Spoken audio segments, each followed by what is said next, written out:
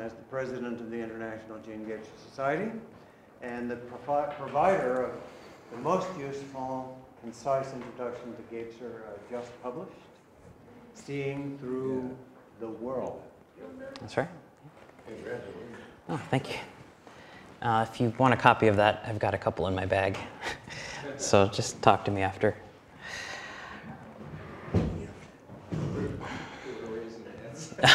Okay, all right. All right. So where to begin? So my talk is entitled Illuminating the Anthropocene, Gebser and Jung in the Time Between Times. And you'll have to forgive me because I have about 3 hours of sleep, so, and I'm from the East Coast. So I'm going to be in a liminal state myself for this talk, but that could be good sometimes. So I'm going to open with a Jung quote, actually. And Jung writes in Aeon, "As there are not only the many, but also the few, somebody is trusted with the task to look ahead and talk of the things to be. We are actually living in the time of the splitting of the world." Situating. The year is 2019. We, scholars, poets, Jungians, Gebserians, historians all, resting comfortably on the Californian shore of Asilomar, and I wrote this as I was sitting on the Gulf Coast. In the ambient passage of time, we watch the tide come in and go out, and like good mythicists, contemplate the ends and the beginnings of things. They are like the tide. We know the one washes right into the other. Both Gebser and Jung outline a history of consciousness. The two scholars are, in their own ways, mystics. And as Gary Lachman writes in Jung the Mystic, or Peter Kingsley has most recently written in Catastrophe, both of them have made different arguments for why they had a kind of contemplative approach to this history of consciousness that's worth looking at. Jung's own Red Book, published in 2009 on the eve of our troubled decade, stands as a kind of prophetic text for the Anthropocene. In Gebser's own ever-present Origin, although it is the only book published in English translation to date at the moment, that might change soon, grows ever more prescient. And some may even say prophetic when it speaks of dissolution in an age of cultural atomization and technological acceleration, of soul loss and the atrophy of the imagination. It is a book, like the Red Book, that oddly finds its place here and now. When Gebser spoke of an epoch that had outlived itself, he was speaking of our epoch, and the time in which he lived and published 75 years ago, give or take, in the midst of a civilizational and cultural crisis, is not separate from our struggle.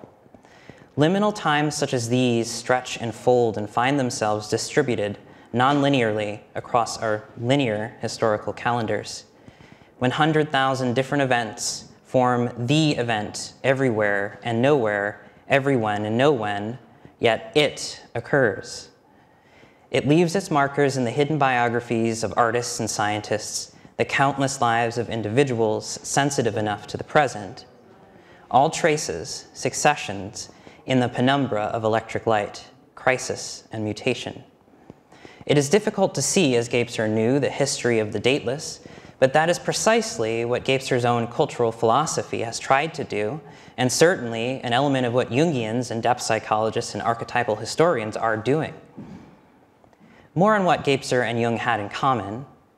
In the 40s, they would become acquainted at the Eranos Lectures near the shore of another body of water, Lake Maggiore, if I'm pronouncing that correctly, in Assona, Switzerland. The work Gebser would do there, brushing shoulders with the likes of Jung and Mircea Eliade and Henri Corbin and Lama Govinda and D.T. Suzuki and many other luminaries, would be significant and likely contribute towards the research for ever-present Origin. Both Gebser and Jung would discover that they must give voice to the dead. For Jung, it was his famous 7 Sermons to the Dead in 1913, a Gnostic text whose writing initiated the Red Book. For Gebser, it was poetry, specifically the poetry of his friend Federico Garcia Lorca. Gebser would eventually write Lorca in the realm of the mothers. During Gebser's time in the ancient city of Malaga, Spain, Lorca would awaken in Gebser a sense of the deep, lost that. Continue? Okay. A sense of the deep striations of consciousness. Eventually what he would come to call the unperspectival world, of the magical and mythical structures. It was this underworldly context, vividly featured in Lorca's poetry, that would reveal still present realities, the depths of a still living past, a still speaking dead, and a means to engage with spiritual origin, quote, not through light but through darkness, for here darkness is regarded as the origin, indeed matrix or mother of light. This poetic encounter with the depths of the magic and mythic consciousness was recorded by Gebser in 1936, and I'll quote this at length from Aaron Cheek's translation. And then he, Lorca, read to me with a dark, full voice the tragedy of the nocturnal world, an invocation of the realm of the mothers where death is life and life death, where the as yet unseparated threatens to tear itself into dream, sleep, and twilight, where the inexpressible is at once gentle and raging, where the consciousness of chaos has not yet departed, regardless of the discovery that would have the opposites raised into conscious correspondence. He read completely absorbed as the shadows overtook his olive-colored face, and as he finished, darkness fell. Although I am not a Jungian, and I could tell you very little about some of the theoretical connections between Jung and Gebser, I think with a little help, I might stick to the images that these two mystic scholars give to us for our time, a theme both Jung and Gebser presentiated in their works from Aeon to the ever-present origin to, as I'm going to be mentioning, Answer to Job. That is, the ending of one age and the beginning of another. This image is not always a pleasant one, and it is more akin to a long and cold and sometimes dark night, a passageway and a storm, the dying off of a life world, both the human and the non-human. But this is precisely what we may need to consider in order to truly recognize both Gebser and Jung's current import.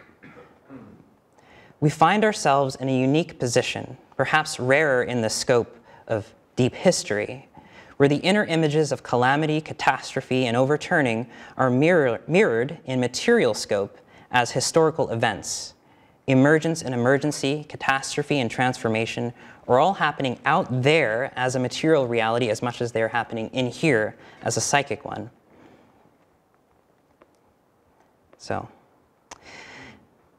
for the remainder of this essay, I wish to utilize the images Jung provides us with and the philosophical writings of Gebser to articulate not only the intensity of the crisis in which we are situated, but the transparency of the aperspectival world, which now, more than ever, is becoming and is presentiated. As Gebser would make clear again and again in his writing, disruptive ontological shifts are a kind of unavoidable vertigo that comes with a civilizational bifurcation. Mutations, discontinuous leaps into new spatial and temporal possibilities, bring new possibilities, new ontologies, new relationships with the poetics of being. And so we might expect this new ontology, an ontology of the integral aperspectival, is at first weared darkly through the strange realism that we're currently going through, the Anthropocene. In drawing forth of the new, we undergo a dissolution of the old, yet in that dissolution are the innovations of tomorrow, shining through, a dark light, the via negativa of Teilhard de Chardin's planetization. The new is present. We might glean it darkly, but we will glean it all the same. We can approach this integral ontology first via negativa through myth. Consider Jung's prophetic deathbed visions, which Marie-Louise von Franz would describe in an interview. Quote, "I don't want to speak much about it.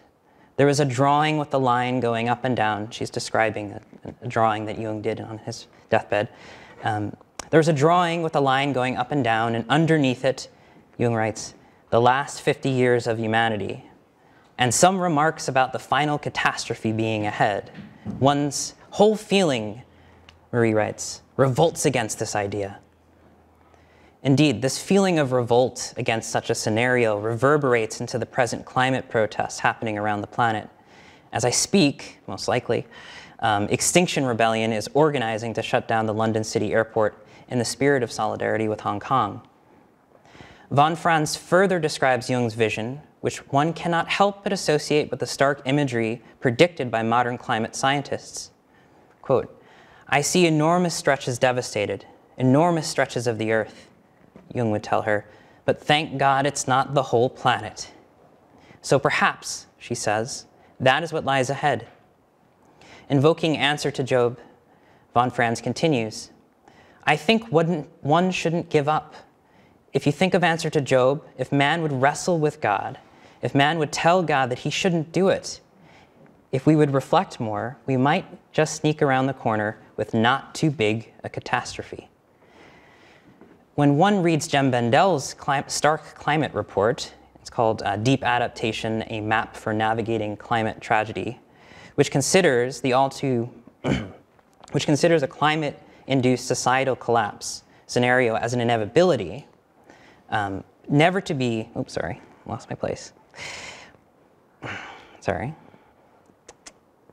We hear von Franz's concerns in an all too relevant context. At the time of this interview, von Franz tells us that Jung's apocalyptic drawings were stashed away in a private drawer of hers, and to my knowledge, it has never been released or scanned or anything with the red books, and maybe Jungians here can correct me, but I went looking for it and I couldn't find them. Yet the image that she conveys to us is not one that we can hide from. The very notion of the Anthropocene is a dizzying concept, calling us to awaken from our dream of reason. The very name Anthropocene is burdened with the misleading aura of anthropocentrism, that is, human centrism, when in reality it is anything but. The Anthropocene, according to Paul Crutzen, the geologist who popularized the term, is a proposed technical description for our current geological epoch, directly preceding the Holocene, an era in which human beings, through global industrial civilization, leave markers in the geological strata of deep time. Gebser seems to have intuited the same starting date that Crutzen gives us, and he gives us the example of James Watt and the steam engine in the late 1700s or so as the birth of the aperspectival age, but there's not enough time to go into that too deeply. For Gebser, this date marks not the beginning of the mental rational age, the age that we are still undergoing, still within. That would be traced back to the first colonial expansionism, but instead the eruption of time and the beginning of the end of the perspectival world.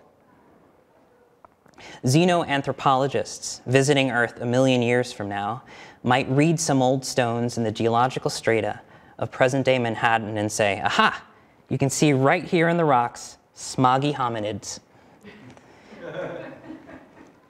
And so the Anthropocene is not in reality about the mighty hominid who mastered the world, but the hominid who collided with it and became something else. It is the age in which the collective human activity has been raised in scope and scale to the level of a planetary force. The oddity of this situation raises certain unavoidable ontological contemplations worthy of our inquiry. The first, the idea that we, Homo sapiens, are now a geological and climatological force of nature, means that the erratic weather, the desertification, the rising sea levels, the hurricanes, the fires, they are not out there. They are not outside us. These forces are us. They're in here. Or rather, if we could dispose of this antiquated oppositionalism, we could say that there is no outside civilization, but also there is no inside.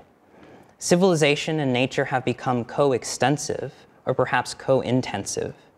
This is the new climate realism our culture is gradually coming to terms with. Eco-philosopher Timothy Morton is famous for saying, we are the asteroid. Part of the catastrophe is therefore the realization that myopic anthropocentrism, so characteristic of this perspectival age, and therefore its extension, the acceleration to global technological capitalism, is incompatible with the Earth. The crisis we now face is the implosion not only of the material, but the psychological, the ontological realities that we have depended on to master space and time, to force things into categories by way of Heidegger's inframing, making the world nothing but quantity, standing reserve.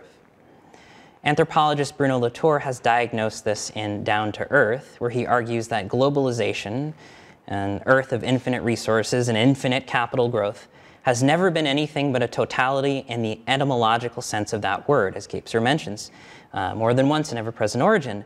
Tot, T-O-T, it's ambiguously meaning everything and nothing, or everything and death. So it's an ersatz wholeness. Totality is not a real wholeness. It's not the real planetization, but a dead summation.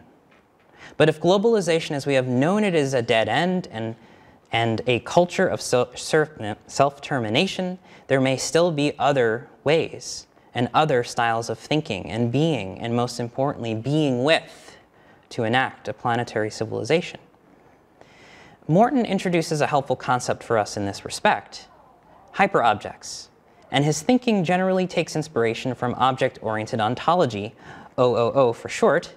If I may take us on a minor digression, weaving our way back to Gebser and Jung, I promise eventually, OOO presents us with a refreshing aperspectival attitude. Objects, it claims, have an interiority, a spaciousness to them that eludes us, yes, but also makes them fundamentally mysterious.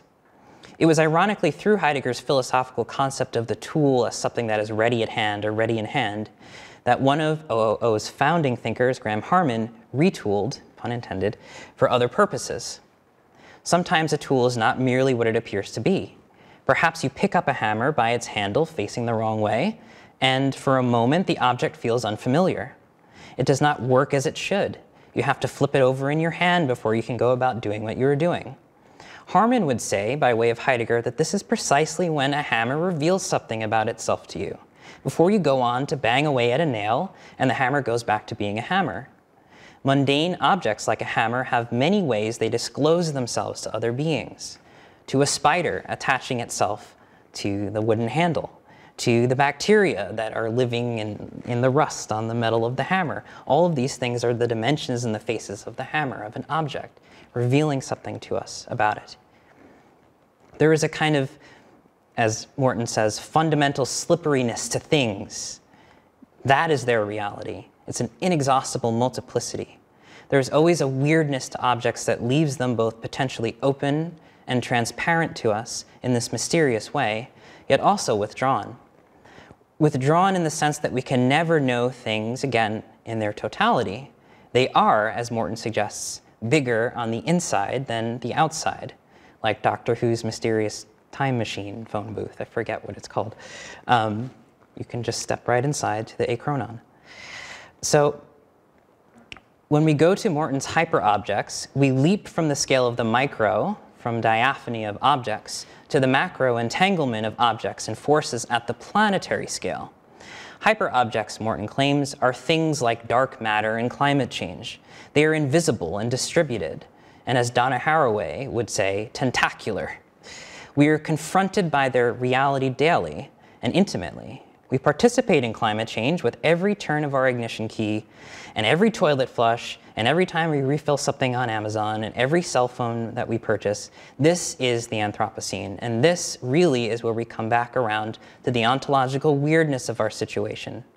There really is no Cartesian split between subject and object, nature and culture. The dichotomies that we have built up as a civilization and the perspectival consciousness that has been erected as the sole arbiter of the real, man as measurer, has been dethroned, deconstructed, and composted. The achievements of the history of consciousness, which belong not merely to Western civilization, but further back still to Sumer, and further back still to Catalhuyuk and Göbekli Tepe, and all of the forgotten artists of the painted ochre bison on cave walls, left to the memory of the Paleolithic, all of this has led to the achievement of separation and ego and spatialization, but that's not it. We feel that we're at an impasse, but the perspectival world itself is already over, and this is sort of the good news of the night as we're talking about all this dark stuff. I'm going to quote Tim Morton as he says, "I'm very against the fatalism of thinking that this is the end of the world, or that the end of the world is imminent. In a funny way, it's as if the end of the world has already happened. if by world we mean a stable set of reference points that guide our actions, like Nietzsche proclaiming that God is dead. Maybe we should boldly proclaim that the world is dead. Now that is a bewildering variety of scales on which to think and act. Ecosystem scale, planet scale, biosphere scale, human scale, blue whale scale. It's already the end of the world. This is actually a relief. It means we don't have to hold on to a fantasy for dear life, the fantasy of anthropocentrism, which is inaccurate and violent. It's like those horror movies in which the hero finds out that he or she is already dead. If you're already dead, there's nothing to be afraid of, is there? So the perspectival world is already over.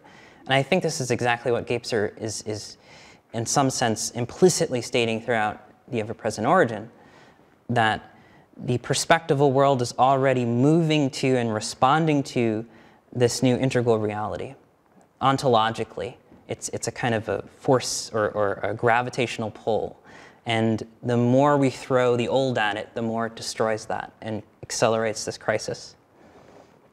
We can know, this is me now, we can go no further this way, for there is no more space. At the edges of the spatial world, the dualities begin to break down, are superseded, and ontology begins to get weird again. We find ourselves profoundly enmeshed, like Gebser's vital magical nexus, in the being of the earth. Gebser, for his part, would seem to anticipate object-oriented ontology's understanding of things, Dingen, through his study of Rilke. And now quoting Gebser, Rilke had been the beloved of things, Gebser would write in Rilke in Spain, but he appears to have lost himself through this. He then became the lover, and with this, the things became a door to a space that scarcely anyone before him had tread. The way through had been very long and dark, but suddenly he stood behind things, and to the degree that he had arrived behind things, he was able to see a side of them that our eyes have never suspected. It comes as no surprise to those with an artistic sensibility or to those who appreciate the work of, say, Marshall McLuhan, that Gebser would find an aperspectival insight first through his love of Rilke's poetry, which allowed him to arrive at such prescient commentary on Dingen, on things, on the nature of things, while perhaps academic philosophy, bound to the leaden weight of perspectivalism, as the field is, would need decades before reaching similar realizations. I'm quite happy they're doing that now. Now to Jung. How do we reckon with this terrible realization that, as Morton says, we are the asteroid? What do we make of the current emergency? Since the apocalypse, Jung writes in answer to Job, we now know again that God is not only to be loved, but also to be feared. He fills us with evil as well as with good. Otherwise he would not need to be feared. And because he wants to become man, the uniting of his antimony must take place in man. This involves man in a new responsibility. Jung continues, he can no longer wriggle out of it on the plea of his littleness and nothingness, for the dark God has slipped the atom bomb and chemical weapons into his hands and given him the power to empty out the apocalyptic vials of wrath on his fellow creatures. For anyone who complains that Jung is not a good writer. Since he has been granted an almost godlike power, he can no longer remain blind and unconscious. He must know something of God's nature and of metaphysical processes if he is to understand himself and thereby achieve gnosis of the divine. We can no longer wriggle out of being ecological. We never could. What Jung describes as an almost godlike power behind the techno-rational achievements, Gebser would associate it with the unmastered arrival of this new consciousness, whose dominant theme is time as intensity. It first manifested in the uncontrolled intensity of the machine world, whereby, quoting Gebser now, the machine is no longer an implement. It is an emancipated instrument. In a literal sense, it has emancipated itself, ex manu, from the hand and thus from the control of man. As the perspectival world was prefigured by the mastery of space, the aperspectival world would concern itself with this realization of time, not clock time, but what Gebser would call the achronon, time freedom. Synonymous with this realization was a spiritual import, the realization of the spiritual in the human being. We will return to this in a moment.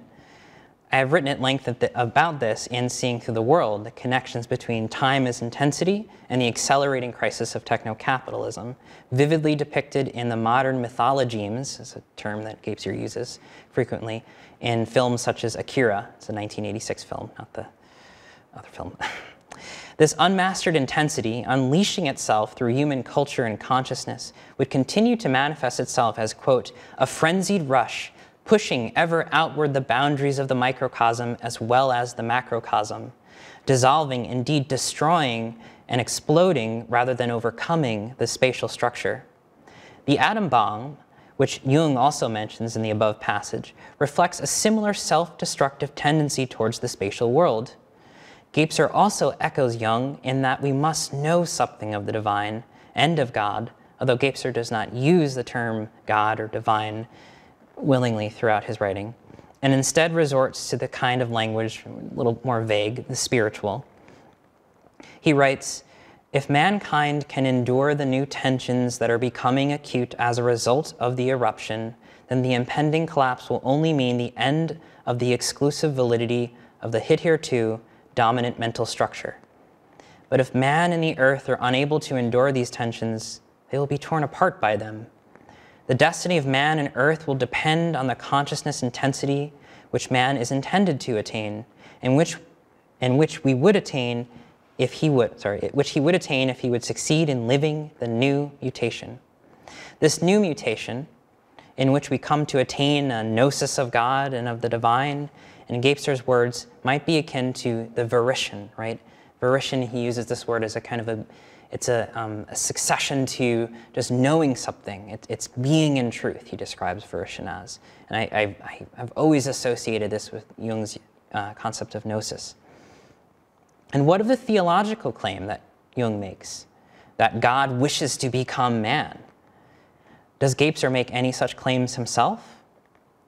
Despite his caution to avoid theological language, he does leave certain passages, such as the following, to decipher. Quote, what is rearranged is carried over from the objective world, or universe, i.e. the world in its entirety, into man.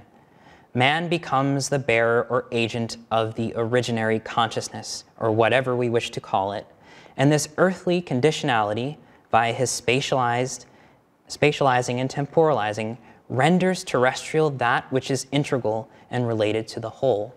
He is saying that origin is finding itself with the human being and wishes to be realized in the human being.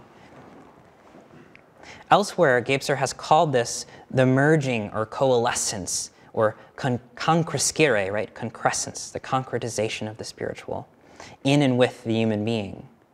Previously, Gebser suggests the spiritual was only realizable through the twilight magic and mythical consciousness, or else the waking Apollonic mind of the mental.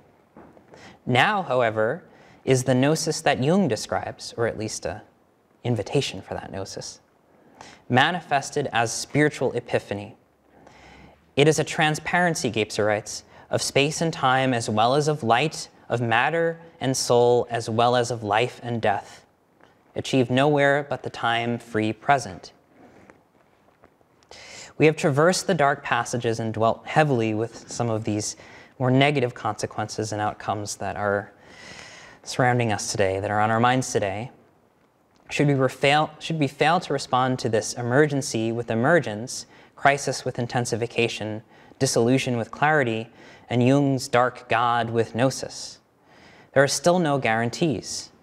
Yet we might dwell a moment, as a conclusion to our first evening here, with Jung and Gebser in their convergences, for the differences and tensions will surely be elucidated by others present this weekend. Both Jung and Gebser diagnose our modern conditioning as a severing from the magical animistic nexus, from the mythical image and soul. Both encourage, as a form of remediation, a working towards wholeness and the irrational.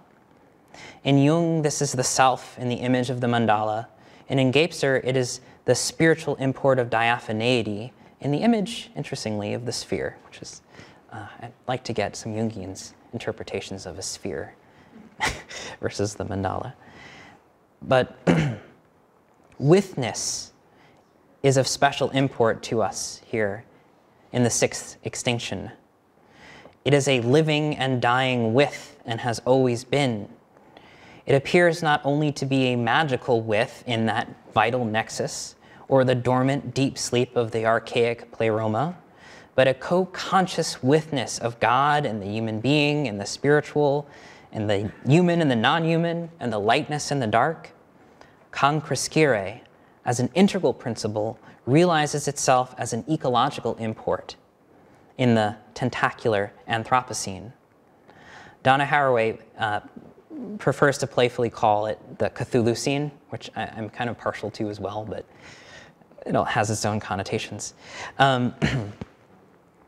But to quote Haraway, the more one looks, the more the name of the game of living and dying on Earth is a convoluted multi-species affair that goes by the name of symbiosis, the yoking together of companion species at table together. Sympoiesis enlarges and displaces autopoiesis and all other self-forming, self-sustaining system fantasies.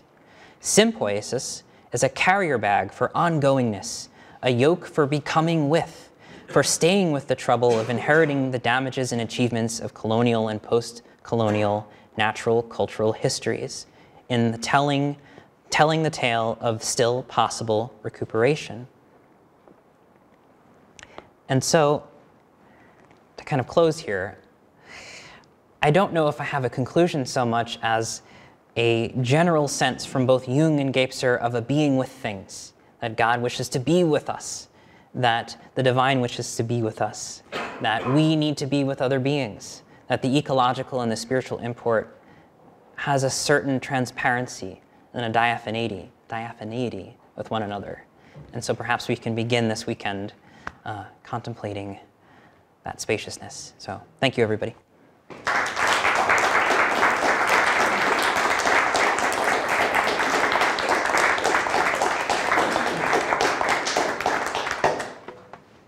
With all of our presentations, we'll have a period of discussion after each one tomorrow and for the proceeding. So if there are questions now, comments for Jeremy, I'll take the mic.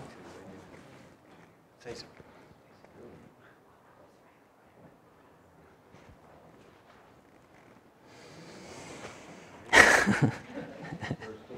Well, okay. Nobody's going to say anything.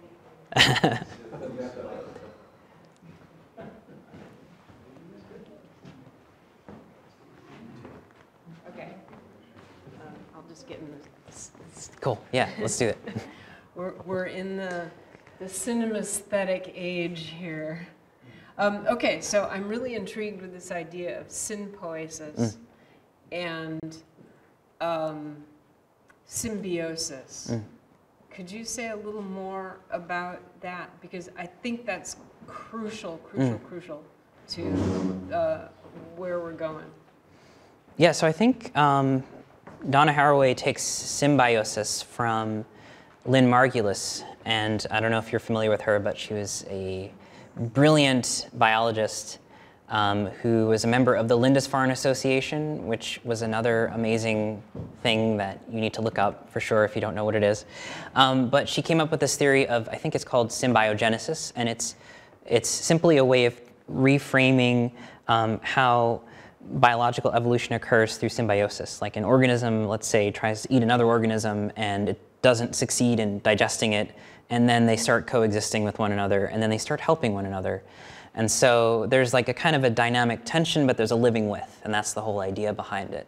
And it's looking for those moments, especially the very important evolutionary leaps, right, where there's a whole rapid succession of mutations, which Margulis attributes to these moments of symbiogenesis, where organisms commingle with one another and figure stuff out together and reach this new scale or this level of complexity. And she was really interested in microbiology, so she was very interested in the agency of cells. And so sympoiesis is Haraway's take on symbiogenesis as a kind of an answer to autopoiesis and the kind of, I don't know, vacuum that it kind of makes itself appear to be, you know, just by the name itself, auto, it just auto becomes. Rather than that, it's becoming with, and I think it's the with that's important here. So is there an element of meaning-making in sympoiesis? I would say... Is it the kind, are we like meaning-making in the way that symbiotic organisms are biologically interacting? It's a meaning-based as opposed to physiology. Yes, yes. Okay. And she talks about this all the time on how like we need to like recognize the agency of even like a single cellular organism and like its being, its subjectivity, right? As a subject itself with its own little desires and experiences of being. She's always talking about that in interviews and in some of her writings. So yes, yes.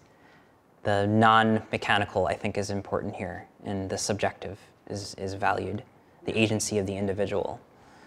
Ironically, the agency of the individual is more valued in symbiogenesis than the more Darwinian kind of selfish gene theory. So. Hey, that's Kleinian. Anybody else? I'm not sure this is... Yeah, if the red light's on, it's on. If the red light's on, it's on? Here. Just be the rock star. A little closer. Oh, okay. There you go. Thank you for the talk. We're used to thinking of Jung, despite his lifelong struggle with the church and with Christianity, as somebody who's very involved with Christian thinking and who himself would say his psychology is at the deepest levels very consistent with Christian ethos. Not so used to thinking that way about Gebser, but when you were talking about the concretization of the spiritual in the human, the way you were speaking made me reflect upon Gebser in that light, and I wondered if you could comment on that. Is Gebser as consistent with Christianity as Jung is at a very deep level? Are they analogous in that respect, in that they are both presenting really versions of an esoteric Christianity? Not an exoteric, obviously, but this, the concretization of the spiritual in the human. Yeah. I would say yes, and this surprised me too. That I was teaching an EPO class this year and rereading EPO this time and looking for those mentions. They come up quite frequently. He immediately ascribes the aperspectival, the integral, to Meister Eckhart. He's talking about this the itself that wishes to concretize in the human being, but he avoids the Christian language there. But then towards the end of the Ever-Present Origin, he quite openly is very interested in Christ as this image of the integral human being, the diaphanous person, which we can aspire to be like. And he's quite direct about it, actually, in the closing chapters, which surprised me. I had kind of forgotten that part. So yeah, I think it's definitely there. You know, I think it's sort of just written in him to take this and his history, his genealogy, and diaphanize it. So, yeah. Yeah. Any other comments, questions? Okay, Robert, you already good? I think I can speak loud, but I don't need that. Speak right up. Well, we've got to record. It won't get recorded. We have to record it. You mentioned that Gebser and Jung met each other at Eranos. Do you have any recorded? Are there any recorded letters or any correspondence between the two that you know of, that, or do you actually know that they met at Eranos? I know they were both at Eranos. Yeah. At different times, and maybe together. I don't know. Do you have anything concrete on the connection between Yes. the two? That's what I'm asking. Yeah, there's. I've been looking for that for years and haven't been able to find anything. I would check out Aaron Cheek's essay, which I drew from a little bit in my essay. He translates some of Gebser's writings about his encounters with Jung later in life. So they did have conversations. They have a particularly memorable one that's in the essay about Jung becoming old and remarking on the beauty of the garden at the Eranos Lectures and saying like, oh, but I can't like that. I don't want to come back. I'm done being incarnated. And they have an interesting conversation about kind of the fear of death as a sort of a bodily fear. And Jung ironically says, oh, it's go on Aaron Cheek's website, it's Aaron Cheek. I can send you the link. It's an essay on there. Thank you.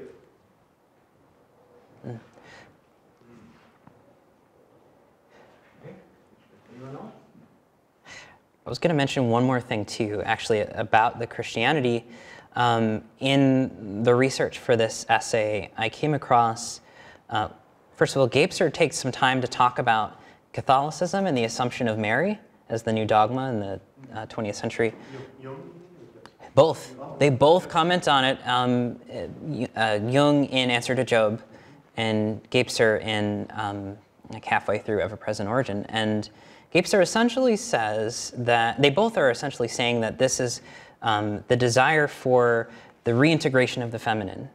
And for Gebser, it's the desire to bring back not only the feminine dimension, but also this sort of diaphanous nature of like spiritualizing the body, to bring the body into heaven is this a very diaphanous thing. And he says, you know, wouldn't it be interesting if Christianity would become the Christianity of this new life rather than the Christianity of crucifixion? And he has a comment like that. And Jung is commenting more on this sort of... That's an EPO? Yeah, that's an EPO. And Jung has more of a comment on sort of this, the crisis of the times and the desiring for the continual birth of Christ, the continual return of Christ in a moment of civilizational crisis. But I find it interesting they both mention that. Yeah. So. If I may interject, you can also get very direct statements in this realm in The Invisible Origin by Gebser, which is not published in book form, but it is available in PDF from CIIS. Mm-hmm. Hi, Jeremy. Thank you so much. That was amazing. I'm still processing it, really. But can you say more about the coming together of the ecological and the spiritual, please? I'm not really sure what to say except to reiterate it's my perceiving of its significance in Gebser's work. Its integrality, according to Gebser, is this I don't want to use the word simultaneity because he has issues with that, but I'll just use it. I'll just be McLuhanite and use it. The magic, the mythic, the mental, the integral, the archaic, all of it is with us. It's all with us. That the past is with us. It's alive. It's present. So there's this withness of things. There's a relation of things to other things. There's this sort of fundamental ontology, right? And so I see that as something that both the ecological import right now in the climate crisis, and then also what Gebser's talking about with the whole history of human consciousness. It's the being with that both have in common with one another. And I think for Gebser, the only way to really be with everything is to be truly, openly, diaphanously present and to try to find that. And I don't think it's a very easily achievable thing, obviously. But it's nevertheless the tremendous task that we are being invited to cultivate right now at the peril of our own existence here, you know. and for the love of other beings on the planet. You know, it's just, we need to truly be with things in this deeper way. I don't know if that... That's good. Well, I would say Jung has a very similar perspective in terms of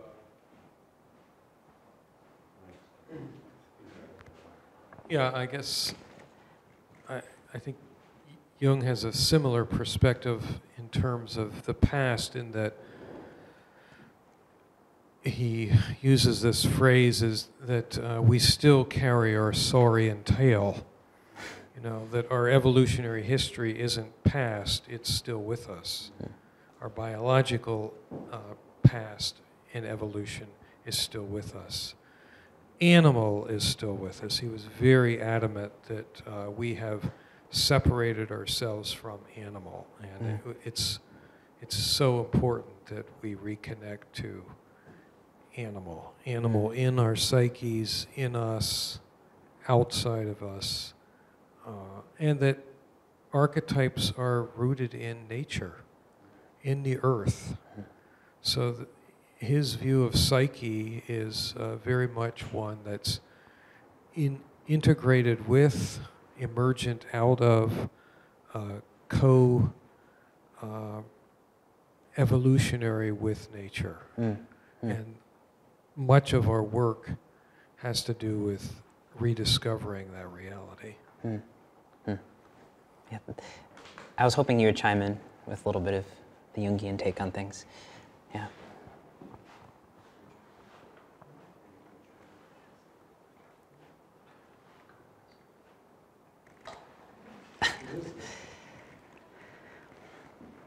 I'm not sure. I'm not sure you'll remember what I'm talking about, because I'm not sure I can rephrase it the way you did. You said something about our companionship with other species and communion with them. Did you? Along those lines, yeah. Communion, commingling, maybe I said. Could you say more about that? Well, I think just that is sort of the baseline for this new style of ecological thinking. That you know, you see it in like pop evolutionary science right now, or just like health science, like your gut biome as this kind of community, and that, you know, the DNA makeup of any single human being is more non-human than human, and there's more biomass that's non-human that's actually than is human, and it's these sort of kind of weird facts about, you know, what we actually are and what actually constitutes us, even at that biomass level, which is sort of like, oh, like I'm not really this separate thing that's, and nature's over here. I'm actually this weird entanglement with nature, and that's sort of, that's the vibe from Tim Morton and these ecological thinkers and philosophers. They're playing around with this ontology that is kind of transparent, that things are kind of porous with one another again. The human and the non-human kind of mingle into one another. And it's that kind of mingling and in that in-betweenness that I think is sort of the place we have to get more comfortable with, you know, and start thinking in and with. So, yeah. I'd like to ask Louisa to make a quick summary of that study that you were involved with about the intercommunication of microorganisms. Okay, let me figure out what John wants me to talk about. So I'm working with a client right now who is one of the key concepts in his new theory, which I won't get into, but the concept is of the environment. He's an environmental health scientist, and he asked me to write a piece for his book on the environment. And as I was doing so, recalling another piece I had to write for a different client on the microbiome, I realized that we get into an interesting kind of Kleinian, Charlie Kaufman-esque kind of world with the microbiome, because they are beings with agency in us, on every epithelial surface in our body. And so we are their environment. So we usually think we usually divide subject and environment in the usual kind of Cartesian ways of, here I am the subject and everything that is not me is the environment. Okay, well, the microbes, are they me or are they not me or are they both? And how is it that their being and my being are so interconnected in ways that we are just starting to learn about? They can influence our thoughts. So where does the subject begin and end if it's an imbalance, or if it's certain types of microbes in my gut that are essentially making me depressed?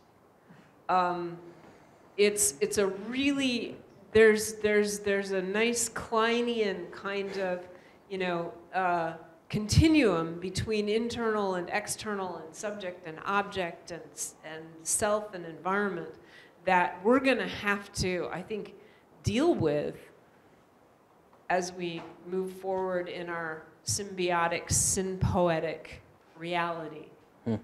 Well said. And for those of you who want more discussion about what Kleinian means, we'll be having our lecture in the morning. Is it tomorrow morning? Steve Rosen? Yeah. Take that up. No. All right. Okay. Well, many folks have traveled across the country and elsewhere. Thank you all. Thank you.